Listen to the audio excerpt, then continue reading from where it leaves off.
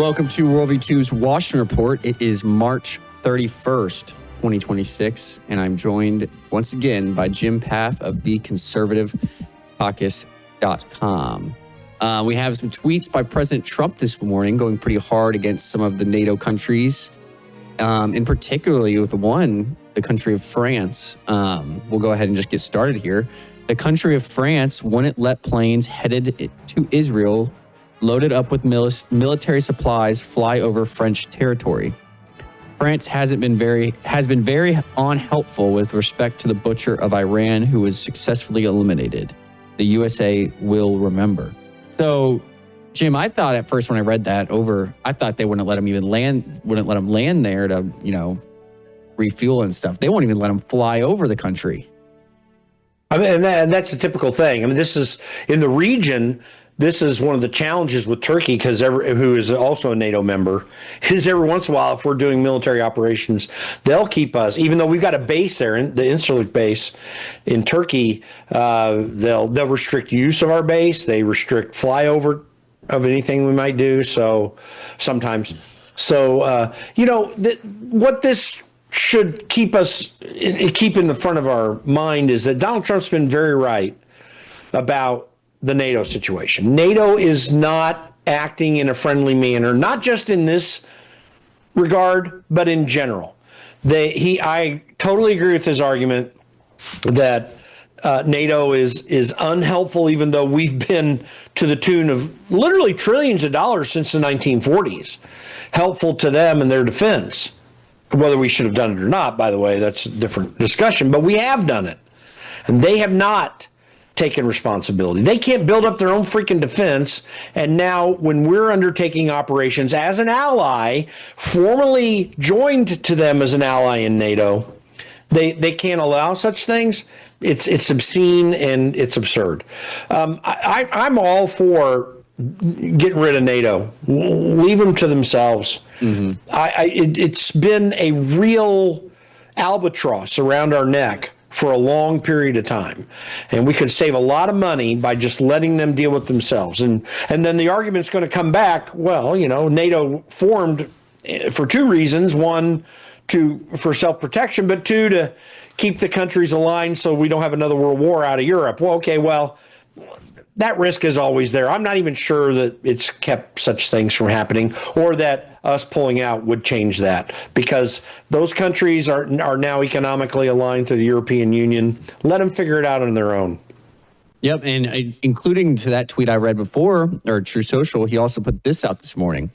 All those countries that can't get fuel because of the Strait of Hormuz, like the United Kingdom, which refused to get involved in the decapitation of Iran, I have a suggestion for you. Number one, buy from the U.S. We have plenty. And number two, build up some delayed courage, go to the Strait and just take it. You'll have to start learning how to fight for yourself. The USA won't be there to help you anymore. Just like you weren't there for us, Iran has been essentially decimated. The hard part is done. Go get your own oil. So he's making the case. They use the Strait. We don't really use the Strait as President Trump has said.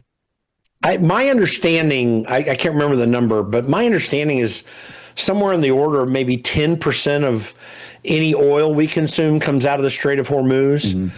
And of course, we keep growing and growing in our production of it. And it's going to continue to grow even more here in the U.S. because we're presently at $100 a barrel. And there have been a lot of inactive wells that are getting ramped up very quickly in the United States. You're actually probably going to see numbers rise more than anyone's thinking about right now. I mean, the people that deal with the markets are thinking about it. They know what's happening.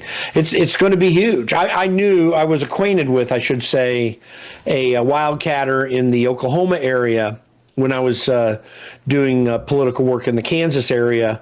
He goes up and down in his keeping his wells active. He's a very wealthy guy, but he is a smaller player, and he only brings his wells up when he can afford to do it. And $40 a barrel doesn't do it for him. $100 a barrel will.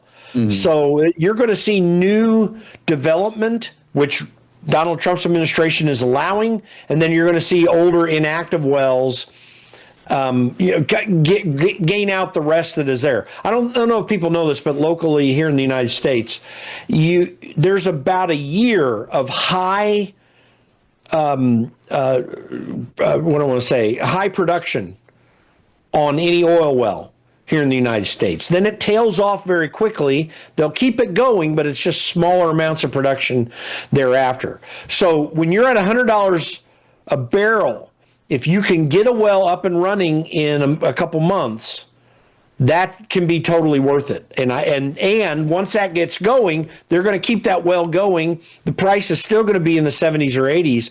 You're just going to see a lot of that kind of development happening. But these other wells that have already passed that first year that have shut down because prices maybe weren't high enough, there's every reason to go ahead and just bring up what you can right now. So this is really going to we're not going to be ultimately that harmed. We're short-term harmed. But Europe, they're messed up. Mm-hmm. And this is really something that is important for them. And in Asia as well, too. So I don't know why he's not calling on Asian countries to get involved as well. They should. Yep. Well, staying on Iran for just a minute, he talked about how they're being decapitated. Here's just last night a video of, I think, a joint U.S.-Israeli airstrike taking out, I think what is being said is an ammunitions depot. And it's some big explosions there that were coming out on X from last night. So it just shows that they're continuing to strike. I think Pete Hegseth said this morning they had over 200 strikes yesterday. And he also claimed that there's more ships coming to the Strait than ever before, or since the beginning of the war. So, yeah, I mean, it is true. It's more than the beginning of the war, but I don't know if it's a lot yet. Yeah. The Strait of Hormuz thing is not figured out. And that's in part why Donald Trump's telling them, hey, you take care of it. Yeah. He's trying to, in his mind, get rid of a regime that is a nuclear threat. That's ultimately the core of what his concern is, and his policy is stopping the Iranian nuclear threat. The rest of it, I really do believe he's like, guys, figure it out for yourselves. Now, do not underestimate that the Arab states in the area, they don't want Donald Trump to pull out and leave things to get fixed, because it can be more chaos for them. And I can guarantee you that they're talking to the Trump administration about, please don't do that. So there's still a whole lot up in the air right now. A lot of this is, just a shot across the bow to Europe. But so the short-term effect may not be that they get involved, but the long-term effect is they're harming their relationship with us. And that we're at a breaking point in that right now, after they've really taken advantage of us over decades. Well, let's move to another breaking story. The Supreme Court has ruled against Colorado's ban on conversion therapy aimed at LGBTQ youth, which conversion therapy would just basically be a therapist or a pastor or someone wanting to talk to someone, to a minor about their identity. If they're come to them with supposed problems or wanting to transition, get out of homosexuality. Yeah, then that's what the conversion therapy is about. Yeah, Colorado was trying to stop these therapists or pastors or even parents probably from telling these kids the truth. Well, so what this law did, and this was kind of playing out when I was working in the state legislature there many years ago, what this law does is it's not merely about stopping licensed therapists from helping people convert out of homosexuality. That's probably what a lot of people think this bill is about. It goes much deeper into into the pastoral field. Mm-hmm. So people that are non-licensed and would encourage, based upon a teaching of Scripture and providing pastoral care in a general sense in this regard, it restricted them as well and made them liable to civil and criminal penalties. This is at its core a censorship of speech. It is a use of government force to impose cultural preferences, and it is and it's a violation of individual rights. It also, beyond the legislative effect, this is antithetical to human reality. listen, we are in a free society, so people can live how they want. They just don't get the right to impose that on other people. And that's what's going on with the left here. The left, under the guise of let people live how they want to live and quit getting on them, now wants to make everyone conform and accept these behaviors. This is part of that overall strategy. This was so obviously in violation of the Constitution. I mean, many of the rights in the Bill of Rights, and definitely fundamentally beyond what the rest of the base part of the Constitution provides for states to do, that you had Elena Kagan and Sonia Sotomayor, two of the people voting this down. The only person that voted not to overturn this law was Ketanji Brown Jackson, who, quite frankly, I think is not only dumb, she's a political hack. I mean, I feel that way a bit about Sotomayor and Kagan, but I actually know that those two women are intelligent women. They just use their intelligence in the wrong way and from a certain perspective. And under a certain theory of law, that's usually wrong. But they even can get how this is violative of basic human rights. So kudos to the Supreme Court for knocking this down. And this precedent needs to propagate because there are similar laws in other states. This needs to go by the wayside. It's not the government's responsibility to determine how psychologists are going to perform their duties. And definitely they have no place at all to tell pastors what they're going to do. Psychologists and pastors make mistakes in how they counsel people. That's always going to happen. This is a human endeavor. It's not the government's responsibility, unless an actual criminal act has been undertaken, to tell people in the outset of their desire for pastoral care and personal ministry to people, to tell them from the outset what they can and cannot do. Those things get adjudicated with other laws where real harm might be done on the back end, and it has to be specific. It can't be about trying to convert someone to Christ, because that ultimately is where this gets to, but also convert someone to take on a heterosexual lifestyle. We make these choices and these adjudications in culture all the time, and government has no role in determining how that is done, for good, bad, or ill. Yeah, and in Ketanji Brown Jackson's dissenting, she put, ultimately scientific evidence supports the conclusion that the anticipated harms from conversion therapy are twofold. First, conversion therapy stigmatizes the patient, telling them that their gender identity or sexual orientation is something to be fixed rather than accepted.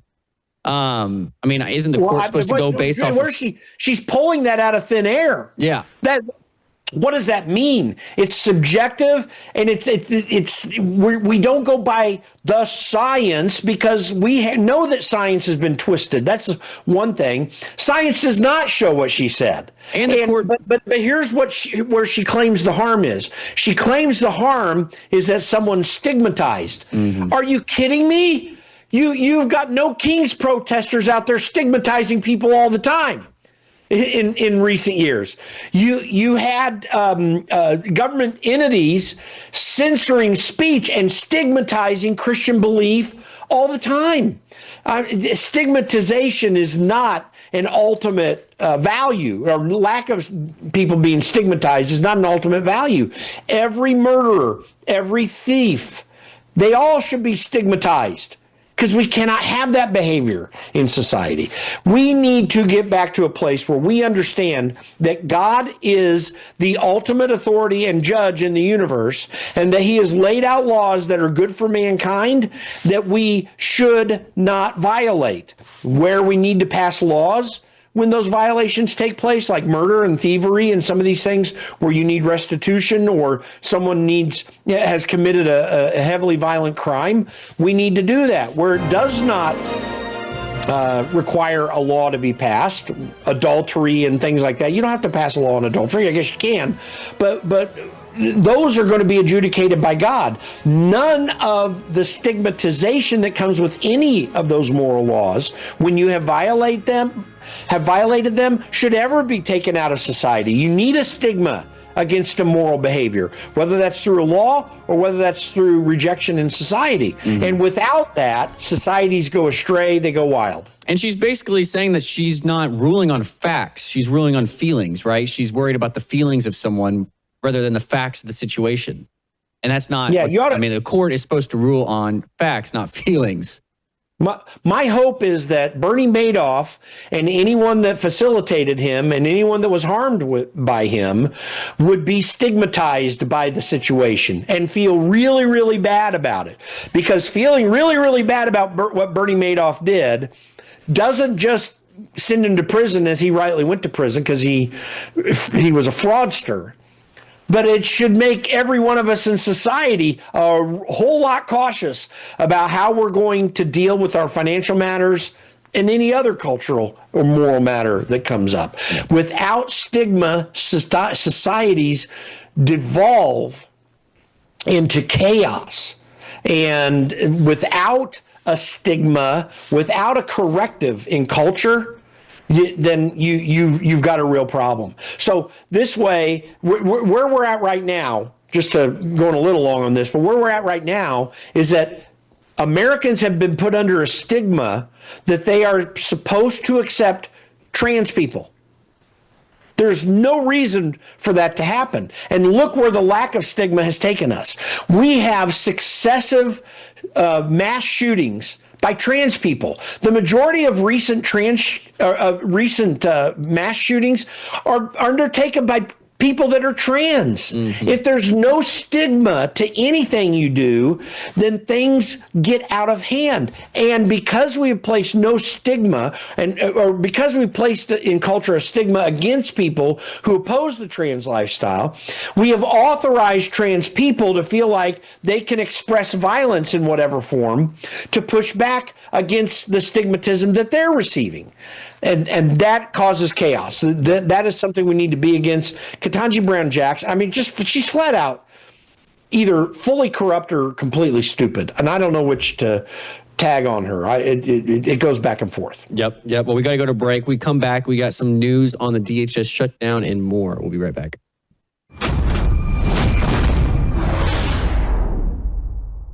We have a big announcement, folks. It's called Bella Melt. In the first week, you lost 3 pounds on this, right? That is correct. Your GLP-1 is a natural hormone that's in every single one of our bodies. And your GLP-1 lets you know if you're full. It's a satiety hormone. So when your GLP is working properly, it does help suppress your appetite as well as reduce those cravings. So what it's going to do best is it's going to reduce your sugar cravings or any other cravings you have in your body. It's going to suppress that appetite. But where Melissa got the most benefit, I think, over the last week was the L-carnitine. The L-carnitine tells your mitochondria, this is where you make, we've talked about it before, this is where you produce energy in your cells. It actually tells those mitochondria to burn fat for fuel. MelissaHouseBG.com just now introducing for the first time Bella Melt with GLP-1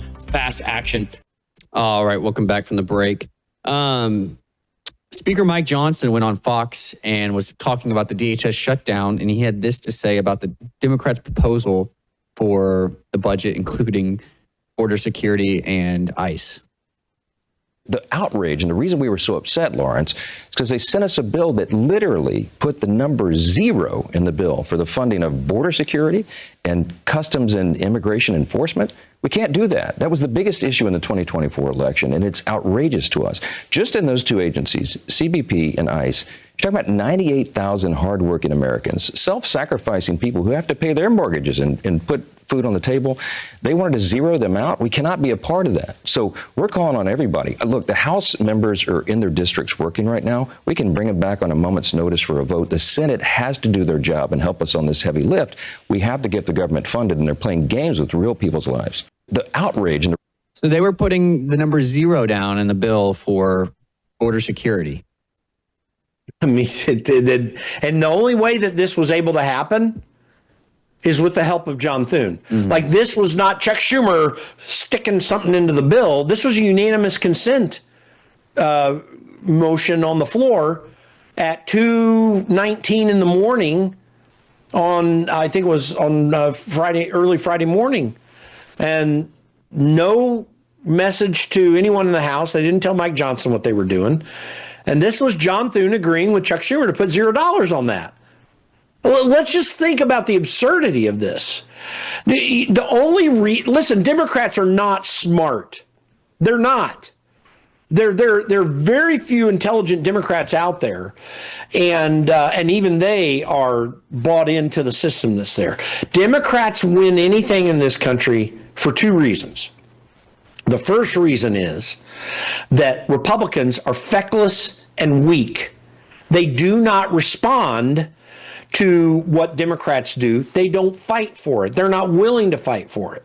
They back off because it's kind of like if anyone that's seen the movie Patton kind of a little more midway through the movie is about to speak to a group of British ladies in some sort of coffee society because he's kind of in the wilderness because of problems that came up with the way he dealt with his troops, and they threw him in the wilderness for a little bit before they sent him back to Europe to fight.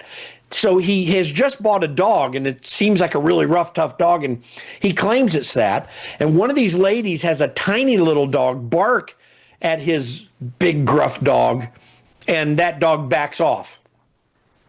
And in fear from the tiny dog. This is what Republicans are like. They've got the meat. They're big dogs if they want to be because they claim to stand for the principles that America was founded on. But if you get a little tiny stupid poodle like Chuck Schumer barking at you, then you walk back in fear. This is the reason. These are the two reasons why Democrats win: Republican fecklessness and a lack of some opposing viewpoint. Democrats are offering nothing right now in the way of what they would do if they take the House and the Senate back. They don't offer any plans except to impeach Donald Trump and to reopen the borders. And that's what Mike Johnson's so upset with John Thune about. And rightly so, he should be. And now he needs to do the fighting. And apparently they are on this issue at least. But the second reason that Democrats win elections is entirely because one of the biggest issues related to what just happened in the Senate, and that's the Save America Act. Democrats have successfully utilized the courts. They successfully utilized the COVID pandemic to change our election laws radically. Like, we were not a perfect election system prior to 25 years ago, but we're a highly imperfect one now. And the Save America Act would take us back to a good but imperfect system that existed beforehand. And then here's the last point I want to make. Democrats have been stealing elections forever. From the 1960 John Kennedy election, where they stole Illinois and West Virginia by clear voter fraud, and many times since. They attempted voter fraud in 2000 to get Al Gore elected. I mean, Palm Beach County in Florida, the clerk that was running Palm Beach County elections eventually got indicted because she was conducting fraudulent elections and a fraudulent office in general. So Democrats have been working to do this for a long time now. And it's time that we stop it by pushing back against them with a real fight. John Thune is not interested in doing that. And many of the people in his caucus aren't interested either, because they just walked out on all of us for vacation here for 2 weeks. It's absurd. You're muted. Sorry about that. We have one more story to hit to that I think might make you a little even more mad. I don't know. Maybe not. Maybe not as mad. Do I seem mad? No. Oh, right. Okay. Rightfully mad, right? Yeah. There's a mural someone put up, a artist put up in Rhode Island, I think it is, of Irina Zarutsky. Here it is. And she obviously, if you don't know, was the one that was killed on the train. Was that, where was that again? New York? It was in Charlotte, North Carolina. Charlotte, North Carolina, that's right. And I guess people are upset about it.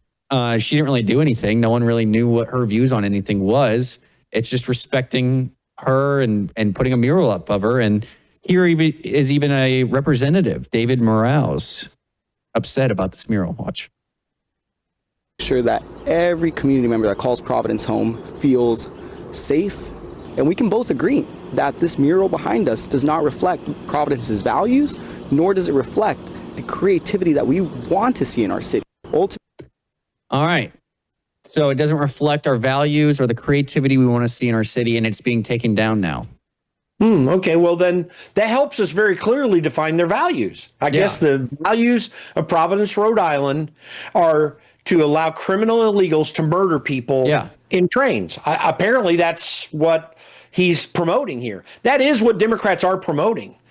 And they're literally doing it like they don't, they want chaos. I've talked about this many times. Their goal is chaos, but they also want murder and violent chaos. That's clearly what they want. I mean, the absurdity of an elected representative saying what this guy just said is an outrage. This is what we're fighting with Democrats and these feckless idiot Republicans that won't fight back around the country, particularly in Washington. Who are you people? I mean, it's just absolutely crazy. And we've got to fight back against this because Democrats are seeking to overthrow the American Republic. This is a long-form insurrection against American ideals and the foundational principles upon which we were founded. Yep. Yeah. He's acting like she's some political figure. Like they put Charlie Kirk up there. She was a girl that was murdered on a train. Someone's trying to memorialize her because of the tragedy of what happened to her. We just saw her mother in tears at the State of the Union address and rightly honored for all that she has had to go through and treated with the appropriate amount of sympathy that she deserves. For Democrats in that very audience promoting principles, promoting policies that allow a murderer to have killed her daughter. I mean, it's the most absurd thing to watch these Democrats. And I listen, we need something like No Kings rallies rising up against Democrats right now because they are literally attempting to destroy everything that this country means, every good thing that this country has ever represented. They do not represent it in any shape, form, or fashion. There is nothing that Democrats support right now that is good. Nothing. It's bad enough how I got to deal with Republicans not staying on line with that. That's a problem that can be fixed. You can't fix the idiocy, the insanity, the gross misrepresentation of reality that is what the Democrat Party represents at this stage. Yeah. And we've got to work harder to oppose that. Yep. Well, we're all out of time. Go to theconservativecaucus.com to stay with Jim. And you tweet a good amount, Jim, at Jim Pfaff on X. At Jim Pfaff. Yep. At Jim Pfaff on X, and watch us at worldviewtube.com. Till then, take care.